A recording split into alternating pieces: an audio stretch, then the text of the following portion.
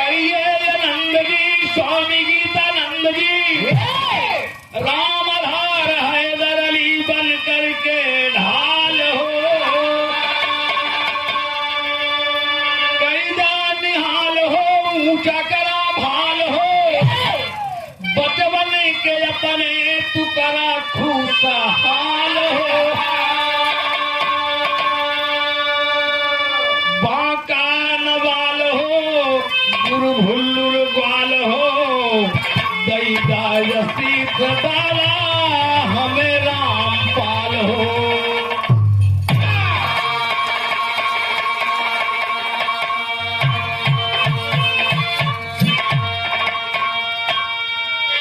बहुत ही नेक दिल इंसान थे, उनके चरण कमलों का आशीर्वाद इस अदना सा कलाकार को मिला है।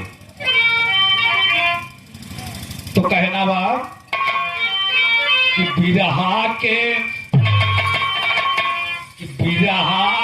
हीरा रतनवा, बिरहा के हीरा रतनवा, रतनवा हेराई गई।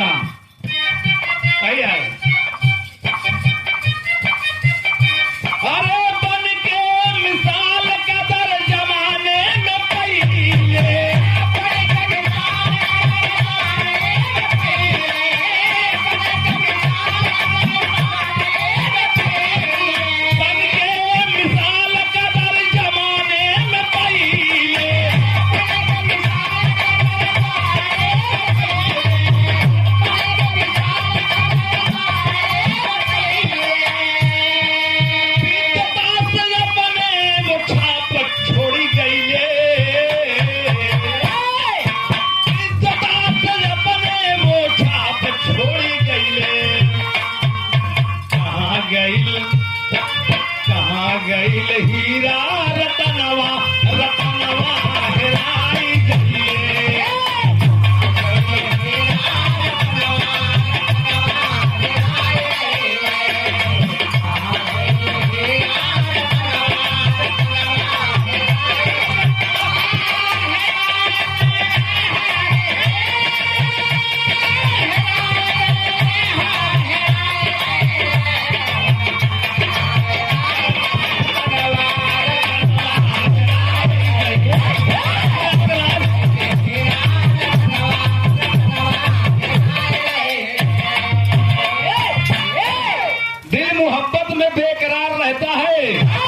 लोगों के दिल में प्यार भरा एतबार रहता है, पर कब्र से कौन लौट करके आएगा, फिर भी मिलने वालों को इंतजार रहता है।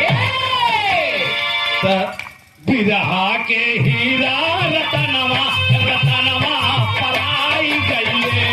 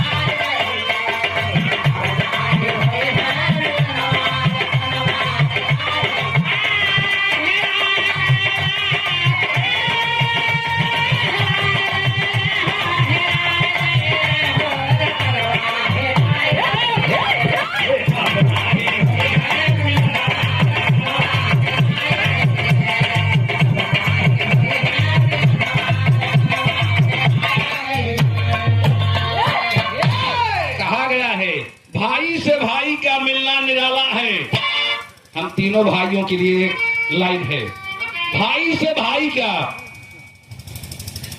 सतयुग सिंह यादव, त्रेता सिंह यादव, द्वापर सिंह यादव के लिए कि भाई से भाई का मिलना निराला है, जहां में जिसका भाई है बड़ा तकदीर वाला है। झुकाकर माथ भाई, छोड़कर साथ भाई का, तोड़कर हाथ भाई का। आप तीनों भाइयों के लिए है, छोड़कर साथ भाई का, तोड़कर हाथ भाई का। जिएगा कौन इज्जत से झुकाकर माथ भाई का।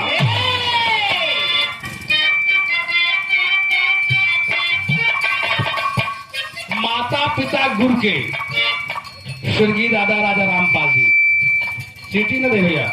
माता पिता गुरु के चरण में जो गिरा, माता पिता गुरु के चरण में जो गिरा, उसे कोई क्या गिराए जो इस माता पिता गुरु के कवच से गिरा। जो माता पिता के चरणों में गिर जाता है उसे कोई गिरा नहीं पाता है। ऐसा माता पिता गुरु का कवच होता है, वो कभी गिर नहीं सकता है। इसीलिए कहना बाम, अरे अच्छा अंदाज था चोरा ताल का।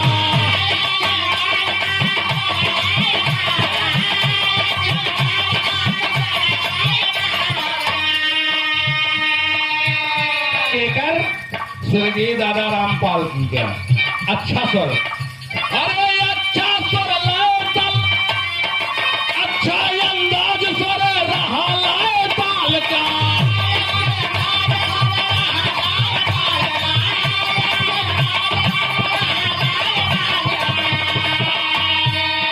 सुंदर सलोना छवि रहा रामपाल का।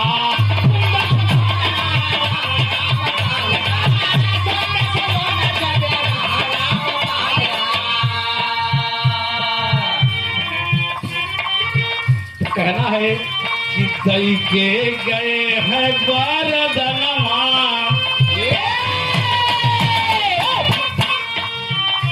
अरे सज गई है सतयुग गुलशनवा। तो पंकज दई के गए हैं वरदनवा, नतनवा हेराई गई ले।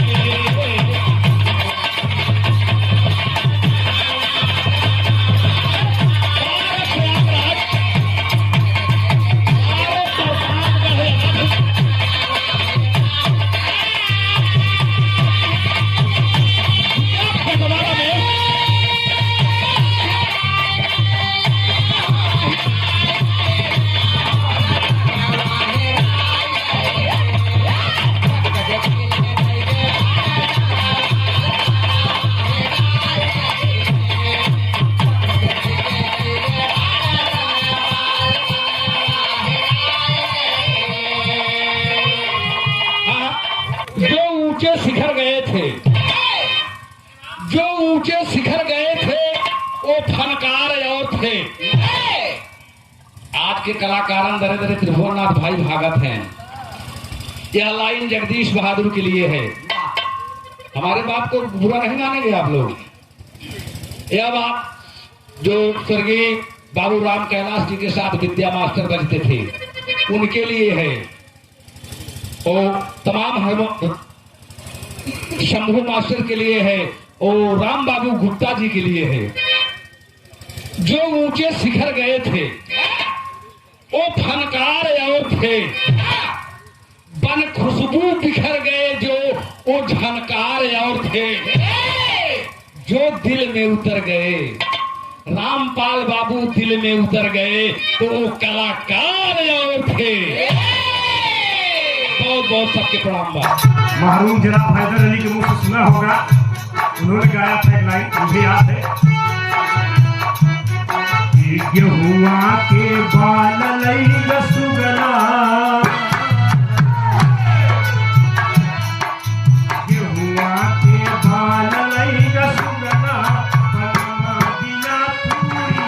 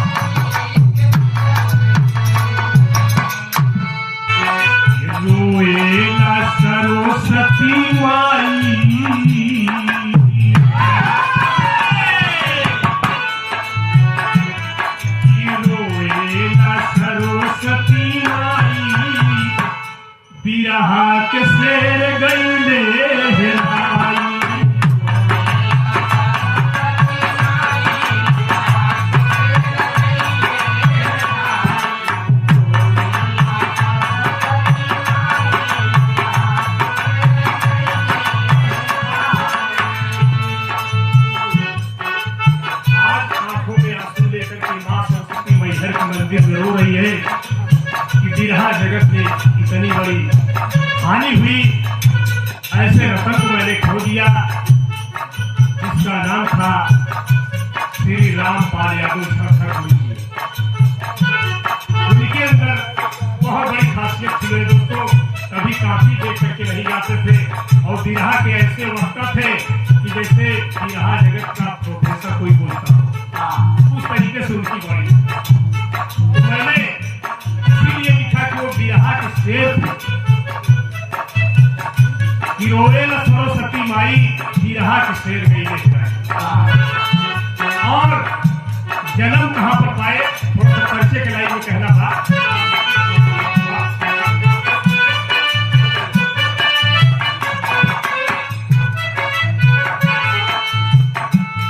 अरे बूढ़ो पूरे खगिया नली हले जनमा।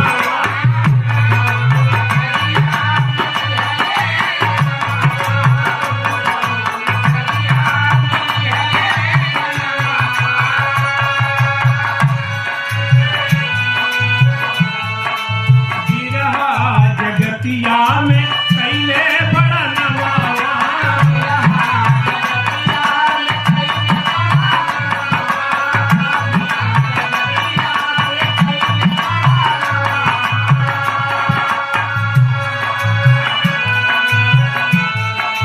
कीर्ति के झंडा फहराई।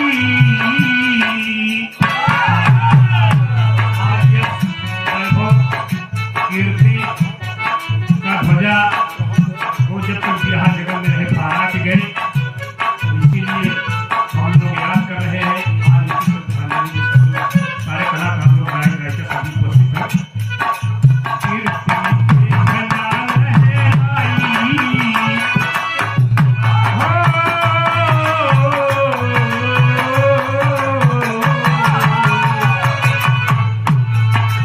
कीर्ति के झंडा लहराई,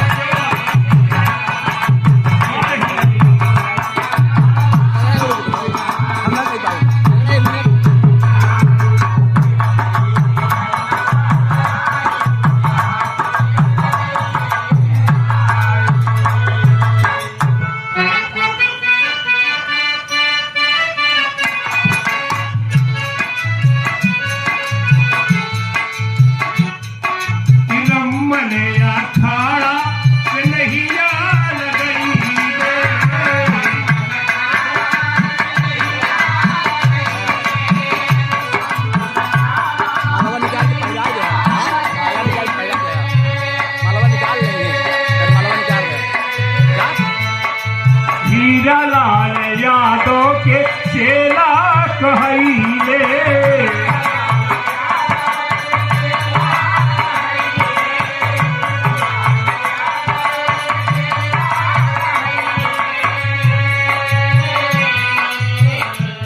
ब्राह्मण अखाड़ा से इन्होंने गुरु पूजा किया और माननीय श्री हीरालाल यादव जी को अपना गुरु बनाए, जो कि राष्ट्रपति से यश भारती पुरस्कार पाए थे। अभी तक बिरहा से यश भारती पुरस्कार किसी को नहीं मिला।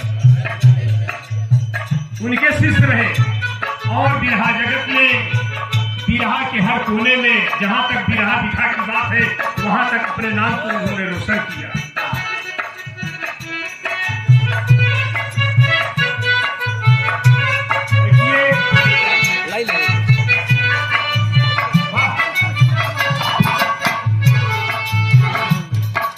फूल भी है गरीब के महकाई,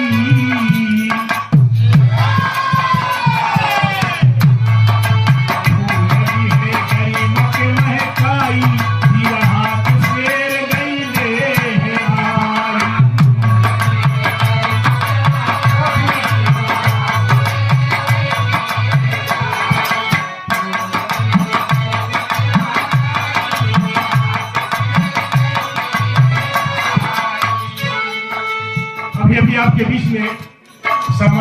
आदमी परम पूज्य श्री संत लाल यादव जी दरोगा साहब की तरफ से 51 रुपए के पुरस्कार प्रदान हुआ हो, 500 विचार हो। आखिरी लाइन में कहना गया है,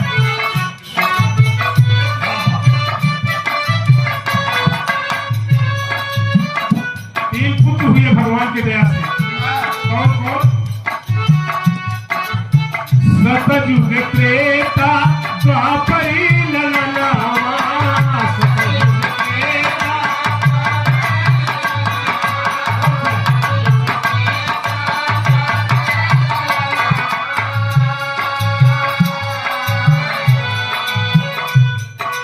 खगिया के भगिया के तीनऊ सुमनावा, खगिया के भगिया।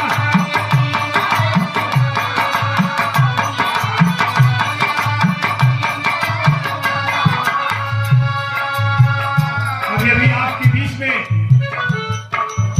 51 रुपए का पुरस्कार श्री पंकज भारती बिरहा जगत के सुप्रसिद्ध कलाकार, इनका नाम यूपी से लेकर के बिहार तक है, अच्छे अच्छे गायक इनसे प्रोग्राम गा चुके हैं और हैदर अली कौन से है। अब ये हमारे बाद ही इसको नंबर मिलेगा।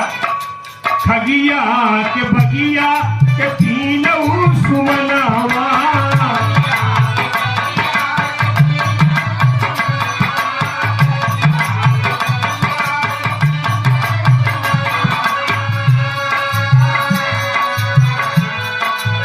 बड़े गर्व के साथ कहना पड़ रहा है दोस्तों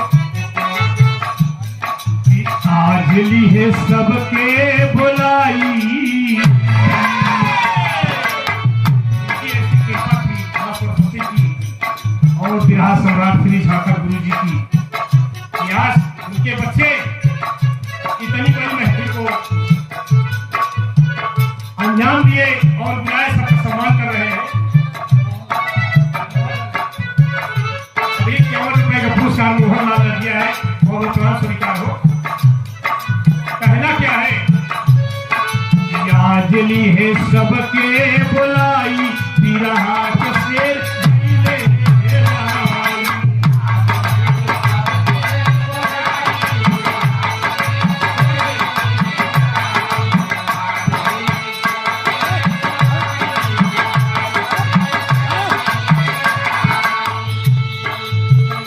आखिरी लाइन है,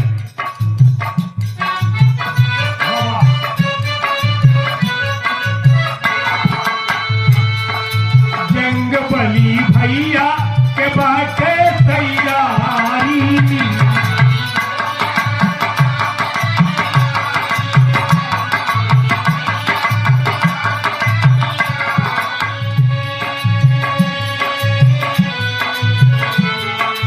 इनके बगली में गई सुधा कुमारी।